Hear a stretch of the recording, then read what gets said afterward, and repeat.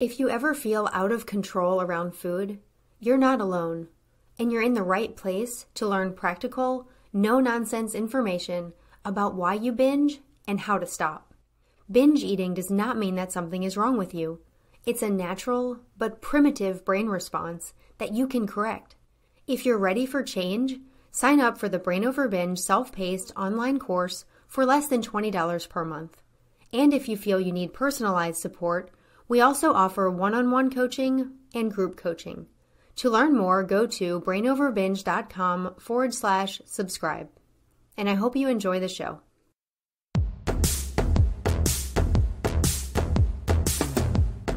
Welcome to the Brain Over Binge podcast, where you learn a simple, brain-based approach to ending binge eating. I'm your host, Kathryn Hansen. I'm the author of Brain Over Binge and the Brain Over Binge Recovery Guide. I hope you find this podcast helpful as you work on stopping the binge eating habit. Although I do focus primarily on binge eating, I also try to give you guidance from time to time about related food issues.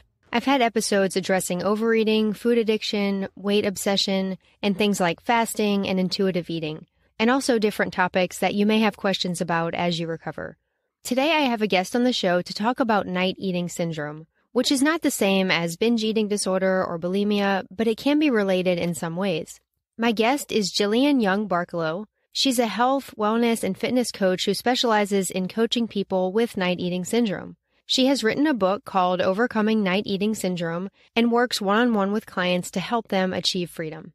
Gillian overcame her own night eating syndrome, as well as other issues with food, and she used the Brain Over Binge approach as part of her recovery, in addition to her own insights and research.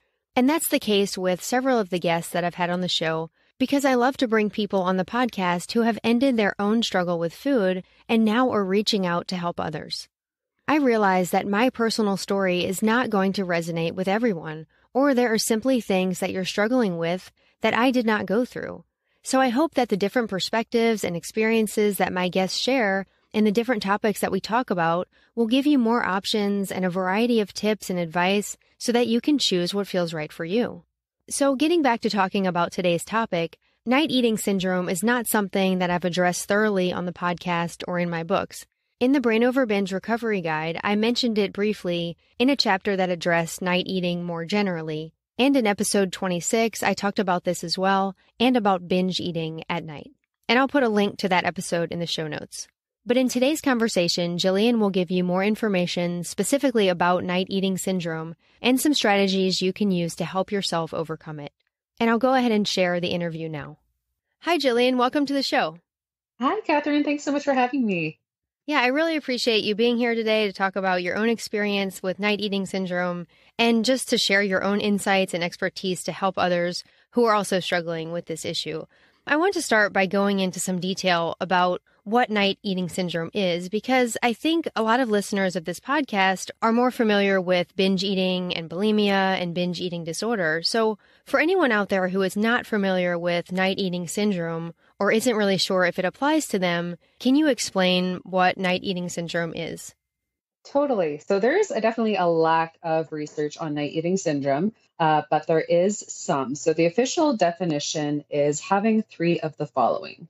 So no morning appetite, a strong urge to eat between dinner or sleep or during the night, insomnia at least 4 to 5 times a week, a belief that eating is necessary to initiate a return to sleep, a depressed mood that worsens during the evening hours, and there's an ability to recall night eating. So it's different from sleep eating. So that's from an official study. Personally, I describe it as feeling like you need to eat to go back to sleep. So it's a little different for everybody I've worked with.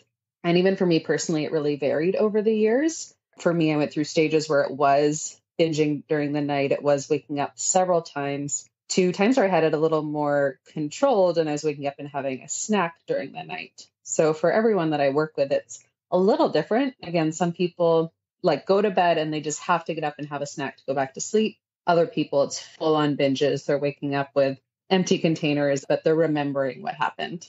So it seems like you can basically have binge eating disorder and night eating syndrome kind of going on at the same time. Yeah, exactly. And like I mentioned, it's different person to person. And for me, it varied. I went through stages where it was full on binge eating and then stages where it was more of a snack. But again, there was that similar component to binge eating where there was that full lack of control. Like I felt like it was something I had to do. Yeah, I appreciate that explanation. I think it's important for people to understand that night eating syndrome is different than binge eating, but some of the characteristics are very similar and the lines are not always clear about what is just kind of a night eating episode where you're eating a little more than you should, or you're eating when you don't want to be eating, and then what's like a full-on binge. So, a lot of the similarities involve that lack of control and also the physical and the mental and the emotional consequences of the behavior, because no matter if it's binging or just eating too much and not sleeping, there are going to be these consequences. I think both binge eating and night eating syndrome make people feel like they're alone or like they have this shameful secret. And I think it would be really helpful if you could share some of your own story just in some more detail to help people realize that they're not alone in this. So can you kind of go back to the beginning and talk about how your night eating syndrome developed and then also how it affected your life? Totally. And I love sharing my story because, like you said, people feel very alone in it. And I find with night eating syndrome, there's an extra dose of shame because there's so little information out there. So I did a YouTube video telling my personal story like 6 years ago, and I get messages daily from people going, "Oh my God, this is my story. I thought no one had this." I'll start from the very beginning. Mine did start with anorexia when I was about 16 years old. And I started restricting during the day. And what's interesting is I would allow myself like a bigger breakfast because I was like, well, you burn off your breakfast in the day. And so that over time, that was like, okay, 6 a.m. And then I started getting up at 5 a.m., 4 a.m., 3 a.m., sometimes several times a night because I was literally starving. So it was my body, basically, I can see now, was trying to protect itself and stay alive. But at the time, I just felt that loss of control. And over time, what happened was, I never had professional recovery, but I took it upon myself to get better and eat more and get my health back. But even when I was eating a lot of calories in the day, I was still getting up 3 a.m., 4 a.m., once or twice a night, sometimes more. And like I said, sometimes I would say it was a binge, and other nights it wasn't as extreme. But there was that loss of control. I was eating till I felt sick. And then I would wake up the next morning and it was like, here we go again. I was too nauseous to eat properly in the day and then wanted to restrict because I knew I had eaten so much at night. And it was really this horrible cycle. And it followed me through. So it started at 16. I'm now 34. And it followed me through most of my life in varying levels of intensity. So the more that I learned about health and nutrition, and I sought help from so many different experts, it would lessen. And I'd even go through short periods of time where it wouldn't happen, but it always kind of came back. And it was, again, in varying levels. So it was, went from these extreme binges to having 1 or 2 protein bars a night. But still that same need to get up and eat. And it wasn't until these past 2 years that I was like, okay, I'm a researcher, I'm a health coach, I can figure this out because people are struggling and I want to help them. So by just putting my everything into it and combining a few different approaches that we'll talk about, I was able to get to the point where I cannot believe it, but like I sleep like a baby at night now. This was my wildest fantasy. Like I would dream that like when people tell me about sleeping through the night, it was like, oh, that would be so nice not to wake up with that shame and that memory and just that heaviness and be able to eat normal meals during the day. Like I never thought it would happen. So I'm still blown away by it and so grateful to be helping others do the same. That's awesome. Even if the night eating isn't excessive and these large amounts that are just making you feel awful, like you're still not sleeping well. And that's so important. So it's not like we're telling people, oh my gosh, you can never eat at night. But ideally, you want to be eating during the day and sleeping, There's a part in my book that I say that people without this issue, they don't not eat at night because they're restricting. They don't eat at night because they're sleeping. So that's the goal. Like that's the goal for you, is to sleep. So I really like that you were able to just get rid of it completely and just sleep through the night. It's wonderful. I'd love it if we can get into some of those basics of what helped you, like you talked about. And from my understanding, this involved you putting several pieces together and coming up with strategies to help yourself and to help others as well, which I think is so inspiring. So if you're okay with it, I want to ask you about different aspects of your approach and how you made some changes in some key areas, and then how people can apply those ideas as well. I want to start with talking about something that maybe isn't a specific strategy, but it was your decision to stop this behavior. You talk about the decision as a first step toward making change. And, I want to go into this a little bit because you and I both know that saying and telling someone that you can just decide to stop, it sounds much too simple. And I hope that, in my approach and yours as well, we do enough to explain how and why it's possible to make this decision and then when more help will be needed. But it is so powerful to make that decision and set your intention to be free of a behavior that's harming your life, whether that's binging or just eating at night. And deciding to stop doesn't mean your work is done. It doesn't mean you'll never face challenges or you won't need support along the way. But it does mean that you do believe that you're capable of changing this behavior. And I realize I've kind of gone on about this for a while, but it's something that I feel is important to me and for you too. So can you talk about what it was like for you to personally make that decision to stop the problematic night eating and why that decision is so important for others as well? Totally. Yeah. And I was, a critic when I read your book. I remember like hungrily looking for your answer. I was like, okay, this woman has the answer. What is it? When you're like, I just decided to stop. I'm like, excuse me? That is way too simple. And I think honestly, I really tell people to definitely get your workbook as well, because it was really breaking it down that my logical brain was like, oh, actually, that makes a lot of sense. Like really becoming crystal clear about how this habit was harming me. And then also recognizing my voice that could justify the behavior. And I did some hypnotherapy, and I would say this hypnotherapy, I was like, my brain, like it's really cheeky, it will find every reason and it's really good at it. It was a challenge. I had to keep kind of restructuring what my reason was, like to get really, really clear. And for me personally, and I always, with my personal training and everything I do in my work, like I always say, get clear about your why. And I remind people that they can review that at any time. Like, what is really motivating you right now? What's really important to you right now? And that's going to be different for everybody. So mine was, I want to help people with this. That really clicked in my brain because I'm a helper and I want to help other people. And so that really helped the brain component. And I was able to recognize those thought patterns, which I'd never been able to do, like actually pause, see myself justifying, and then be like, okay, remember why we're not doing this, and then go back to bed. And, like all habits, once I'd done it so many times that, in conjunction with these other things, the other approaches I found necessary as well, it got me to that point where I can sleep through the night. But it definitely, with night eating, I learned that I had to do the brain component and then also some other things, because I think there's some physical elements that have to be addressed as well. Yeah. I love how you describe how you paused and you heard the justifications that your brain gave you and you remembered your why, that reason you wanted to stop, and you were able to step back from that behavior. I think it's important, especially with what we're going to talk about next. We're going to talk about changing your daily routine and your night routine to sort of set yourself up for success. But when we talk about that, I do want the listeners to remember that they are capable in that moment when you're feeling tempted. Let's say your routines don't go as planned. Let's say that you don't make the daily changes that you needed to make that day. In that moment when you're feeling tempted and you're feeling that desire to engage in the behavior, you still can pause and separate yourself from that urge and that desire to engage in the behavior. So I want to talk about changing your daily routine and changing your night routine to help yourself in that moment, because what you do before that moment can make that decision easier. So I think this is especially true at night because your self-control centers in your brain can be weaker when you're tired.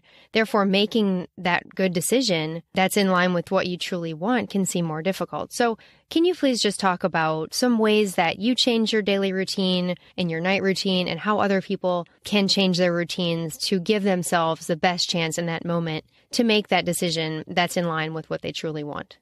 Totally. And one of the best things I found when I was researching hormones and how it affected sleep was that your sleep is a sum of your daily actions.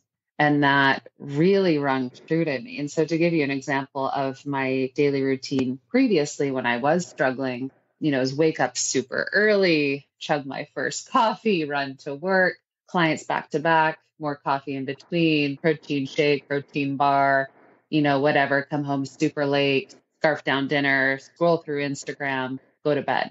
So I was basically in like a cortisol roller coaster. And I learned that, to balance my cortisol, to improve my overall health, and to get my nutritional needs met, I had to change a lot of that. So that meant a lot of things. I had to learn to eat breakfast for one, which anyone who struggles with NES, night eating syndrome, is probably feeling nauseous, me just saying that, because when you've binged or even eaten at night and you wake up in the morning, you're likely really not hungry. It's sometimes like the last thing you want. So I always say to clients, like we can ease into it. Maybe we have a protein shake that you slowly sip through the morning. We have some healthy fats in there. We have some greens. We have like a lot of nutrient dense foods. For a long time, I had to cut off coffee, which was so painful to me. It was like my life source at the time. But I went months and months really cutting out stimulants. So I cut out coffee and sugar, and I really focused for a long time. And still to this day on just like really hormone balancing foods, really nourishing foods, eating regularly throughout the day. And even at first, when I cut out coffee, I would take naps between clients. And I know this sounds ridiculous and it's not possible for everybody. But like I worked in this little gym and I would close the doors. And even if it was 15 minutes, like versus going for that second cup of coffee, I would rest. And it was a game changer, like absolute game changer. And then, later in the afternoon, instead of that other cup of coffee or whatever sugar fix, I'd go for a little gentle walk outside, just all day consciously balancing my blood sugar, having 3 meals, 2 snacks, calming habits like my walking, napping. I'm a terrible meditator. If you can meditate, definitely meditate. I cannot. And then that nighttime routine. So no blue light, no emails, no Instagram or stress. I started taking magnesium calm, which is super helpful for people with night eating syndrome, melatonin, and then having like a bath, reading in bed, like just anything that could bring my cortisol down. So basically what we're trying to do is like when you have night eating syndrome, your circadian rhythm is totally off. Your body's expecting food at night. We're kind of in reverse. So we're trying to flip that. So you're getting all your food during the day. We're calming down at night. We're doing everything just to regulate your system and to anticipate food and sleep at the times that you should be having it. So it really takes, switching over all your habits. And it's super awkward at first. And sometimes it means, eating during the day, even though you binged at night, which is hard. And I always tell people, I'm like, have a big mental reset button. You're not going to starve yourself or over-exercise or do any of these things to make up for those calories. You're going to press that reset button. You're going to eat the amount that you need in the day and get your body used to that. Yeah, I think that's really helpful for people to hear because you're working on the elements of the eating, but also on the sleep and all the little daily habits that set you up to have a good night's sleep. And then, like I talked about earlier, when you have that moment of temptation at night and you can still dismiss the urge, but if you're sleeping, you won't even have that moment in the first place. So it's almost like setting yourself up to just sleep. And then your brain is not even sending out that habitual urge because it is asleep. And that just makes sense to me. And also with, as I mentioned, the justification part of the brain, my brain would always be like, well, you didn't eat a ton, blah, blah, blah. So when I was eating enough in the day, I also had another thing to hold up against that. So when, I would say, well, to myself, you've eaten enough calories in the day, you're fine, go back to sleep. Yeah. It just becomes a defense against that voice that you don't want to listen to. And that voice can sound a lot more logical when it seems to have a point. Like you really didn't eat enough during the day, so you can eat. But if you have that defensive, okay, yes, I did eat enough during the day, then it's easier to see it as just neurological junk from your brain and not as something meaningful. Totally. I feel like you're telling both your brain and your body, we're safe now. Like we can let go of this. Yeah, that's great. I love that. You're safe now.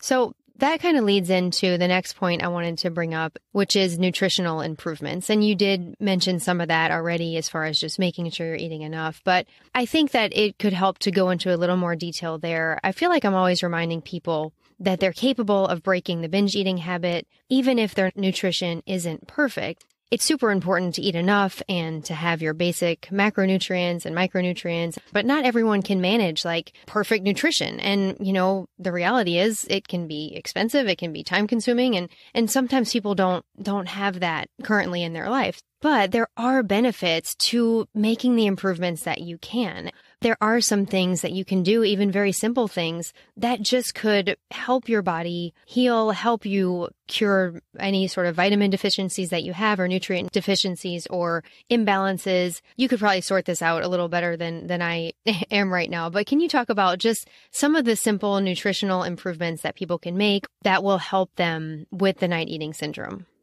Totally. And one of the biggest things with night eating syndrome is there's a blood sugar imbalance. So most people, when they wake up, are genuinely feeling that like blood sugar dropping, hunger feeling, as well as the brain urge. So I found that I really had to tackle that point. And in my research understanding hormones and so much about health, I was like, wow, like blood sugar imbalance is a key culprit to so many major hormonal imbalances and health issues. And it's something I don't feel like we're really taught.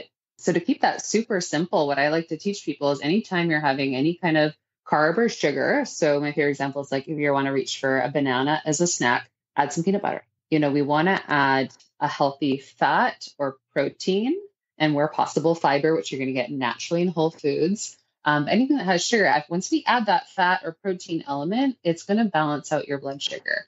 So that creates a much more steady pattern. So it's like when we're constantly reaching for carbs and sugary snacks, even when they're healthy, like back in the day, I was a health nut, but I was having constantly like high fruit smoothies, dates, bananas, like all these quote unquote healthy foods, but that were spiking my blood sugar all day long, creating this like up and down, where what we're aiming for is this like really gentle wave of like blood sugar balancing throughout the day. So that could look like, at breakfast, if you're having toast, you're going to add some avocado. Maybe you have some eggs on the side for your snack. If you're having a piece of fruit, add a handful of nuts. Every meal considering that element, like where could I boost the protein? Where could I boost the fat? So that our blood sugar is doing this like stable ride throughout the day. That's really good advice because it is simple. It's like, hey, just add some protein, add some healthy fat. And what about at night? Do you recommend people have some protein and fat like before they go to sleep? Yeah, so I have found having a balanced dinner is key. I experimented with so many different approaches, like right before bed. I had a phase where I'd make these like protein puddings with flax and seeds and all these things, and it helped some nights and not other nights. And I actually found over time, it was best to have dinner and then cut off eating. Unless you're having a super early dinner, I think you might want a nighttime snack, or you're genuinely hungry. Obviously, honor that, or you haven't eaten enough during the day. Honor that and have a snack. But generally, it's best to have a nice balanced dinner, have some protein and fat in there. Some complex carbs, so they're just a little more slow digesting. Whenever you can, like reaching for a whole food, you just get that extra fiber, so it's going to balance your blood sugar a little better. So having your nice full meal and then not eating, I usually say if you can. And for some people in their lives, this is not possible. This is why, we have to work with the individual. There's no such thing as perfect. But if you can, stop eating 2 hours before bed. Let your body go into that rest and digest state. So have your herbal tea, your calm magnesium. It's a really calming supplement. Most of us are deficient in magnesium anyways, and just chill out. But again, I've had clients who work crazy long days and they're like, I have to eat dinner at 9 and I have to go to bed at 10. And I'm like, okay, we'll make it work. It's not a be all end all. I've just found that with experience to be the most helpful. Yeah, I like that you consider the individual, and everyone has a different schedule and it's not always possible to set your day up perfectly, but just doing the best you can. I think that's a really important message to take away. You're doing the best you can to nourish yourself, the best you can to implement healthy habits to help yourself sleep and to have healthy eating habits during the day. The next thing I want to talk about is we've really talked a lot about how to add things in like proteins and healthy fats. And You also mentioned cutting out some things, and one example you gave was caffeine. When we start talking about cutting things out, I think it's sort of a sensitive topic for some of the listeners because they're used to me talking about eating everything in moderation. And if that's not possible due to health conditions, then to eat in basically the least restrictive way that's possible. But the reality is there are some things that we eat that tend to mess up our sleep and tend to, mess with our blood sugar and things that can affect night eating syndrome. So can you talk about some of the things you recommend cutting out as far as food? I know you also recommend cutting out things like high intensity exercise and, things that don't have anything to do with food, like overstimulation, Instagram, things like that before bed. So can you address how someone might approach giving up certain foods to help with night eating syndrome without it starting to feel like a diet? I am totally on the same page as you in general. Like with my health coaching clients, I am not into demonizing certain foods. I always say there's no bad foods. But with night eating syndrome, it's like a temporary protocol. We're just tackling certain things that might be disrupting blood sugar and cortisol. Because as I mentioned, those are the big culprits for people. And if there's some, major underlying food allergies, like I didn't realize personally that I had celiac, and that was a game changer in my mid-20s. Once I cut out gluten, the severity of my night eating syndrome lessened a lot. And it almost got rid of it for a while. And then over time, I think through just restricting too much, it kind of peaked again. But it was a game changer, and I find it is for a lot of people. But again, it's so individual. And if I'm working with someone one-on-one, I will be definitely more conscious of, maybe they don't need to eliminate certain things. But because I can't work with each person individually with the book, I say, okay, for 30 days, we're going to cut out like the main potential disruptors. And it's not saying they're bad. It's not saying you can never have them again. Like a lot of people have a really emotional relationship with coffee, which surprised me. But even though I could relate to it, I was like, oh, this is like a thing. So I always tell people, I'm like, this isn't forever. You can go back to your favorite latte, whatever. But let's try this. Let's see how you feel. And again, we're not saying anything's bad. We're focusing on how does this make you feel? And then we can gradually add things in one at a time and see what might be one of your big triggers. And regardless, I find that 30 days without these major stimulants is kind of a game changer because it just allows the body to go into a more restful state where we're not having all that constant stimulation. So the big ones are going to be coffee, sugar, alcohol, because those are just immediate cortisol boosters and they're not great for your blood sugar either. So cutting those out. And then for some people, dairy, gluten, if they are sensitive, are going to be just throwing them off. Cutting those out and let the body just kind of like, to put it simply, like chill out for a month. Because that's what I found over the years. I would do these different like detoxes or things. And when I cut those things out, my sleep was so much deeper. And I was like, like this is something to note. But what's cool is I find that a lot of people over time, then they can experiment. And some people are like, you know what? Alcohol's not serving me. I'm not going to add it back in. Or they're like, you know what? I'm going to have it for special occasions and just accept that I get up a bit during the night. And my big thing is be the boss of your own body. So I'm like, some people are like, I don't feel great after dairy or I don't feel great after this, but I love it. And I want to keep it in my diet. I'm like, well, you're the boss of your body. Like, you got to live your life. I'm here to give you all the tools and teach you to listen to your body and get those messages. But I want you to be empowered by your choices. And that's the main goal here.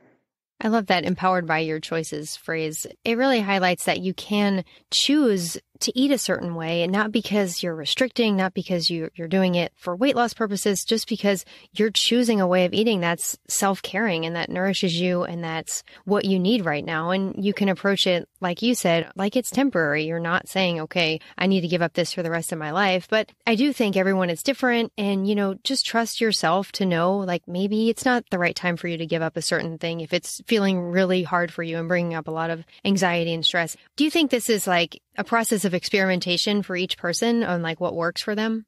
Totally. And I think that's where the empowerment comes in. I mean, and that's basically what I did is I self-experimented for so long and then gathered research and was like, okay, here's what worked for me. Here's what the research shows. But each individual is different. And like I said, it's cool when I get to work with people one-on-one because I have people and I can tell right away. I'm like, all you need to do is eat more. We don't have to cut out anything crazy. I have one client who like loves sugar, and I'm like, all right, you want a baked good? Have some peanut butter with it. Like, let's just balance your blood sugar. And she's totally fine. So each person is totally different, but some people's hormones are just so off, and they just really need to have that process of elimination to learn more about their body and what's affecting them. And also, like I said, just kind of give them that little break. Yeah, I think, and just knowing that this is an option for you is helpful because yes, all you may need to do is eat more, and that's great. But if that doesn't quite give you everything you need and you're still struggling with this, that there's certain things that you can try after that. So it's more like a layered approach. Like, let's try a simple thing first, and then if you need something else, we'll add that or cut this out, or just learning your own body and what works best for you, I think is just very important. So, Gillian, I really appreciate you coming on the show and sharing your story and your experience with the listeners. And for anyone out there who's dealing with night eating syndrome, I hope that the information and tips that Gillian shared will help you start to overcome this behavior. Gillian, I know that you teach people many additional strategies as well, as far as balancing hormones and managing stress, as well as some other things like hypnotherapy that we did not have time to dive into today. So can you tell people where they can learn more about you, and also just give any final thoughts you have for anyone out there who's struggling with night eating syndrome? Yeah, for sure. You can find me on GillianYoung.com, and that's Gillian with a G. My book is available there, Overcoming Night Eating Syndrome. And I'm also on Instagram, Gillian Young Fit, again, Gillian with a G. And for anyone struggling, my main thing is know that you're not alone. There's no need to have shame. And there are some answers out there. Start by eating enough during the day. And if I can help with anything further, I'd love to. Awesome. I appreciate that. And I'll add your links in the show description, so you can just go to the show notes to check out more about Gillian. This has been a really helpful conversation. So thank you so much again for coming on the show. Thank you so much. It's a pleasure. I hope you learned something useful from this show, even if you don't specifically struggle with night eating syndrome. If right now binging is your primary issue, I encourage you to get my free ebook, The Brain Over Binge Basics, if you don't already have it, because it will help guide you toward freedom from that harmful behavior. You can get The Brain Over Binge Basics in the show description or just by going to brainoverbinge.com, and it's right on the homepage. You'll see information about my course there as well, and if you're someone who learns better through audio, this is a great option. There are some worksheets and written elements in the course too, but as of right now, there are 120 tracks that you can listen to as you go about your day. Because I know that most people's lives are very busy, and it's helpful to have recovery resources that you can take with you wherever you are. It's only $11 per month for all of these tracks and the entire course, and you can cancel anytime. So I hope that you'll take that step and try it for a month, and I hope that it makes a big difference for you. I appreciate you being here listening to the show today, and I'll sign off by encouraging you and reminding you that you have the power to change your brain and live a binge-free life. The Brain Over Binge podcast is produced and recorded by Brain Over Binge Recovery Coaching, LLC. All work is copyrighted by Brain Over Binge Recovery Coaching, LLC, and all rights are reserved. As a disclaimer, the hosts of the Brain Over Binge podcast are not professional counselors or licensed healthcare providers, and this podcast is not a substitute for medical advice or any form of professional therapy. Eating disorders can have serious health consequences, and you are strongly advised to seek medical attention for matters relating to your health. Please get help when you need it, and good luck on your journey.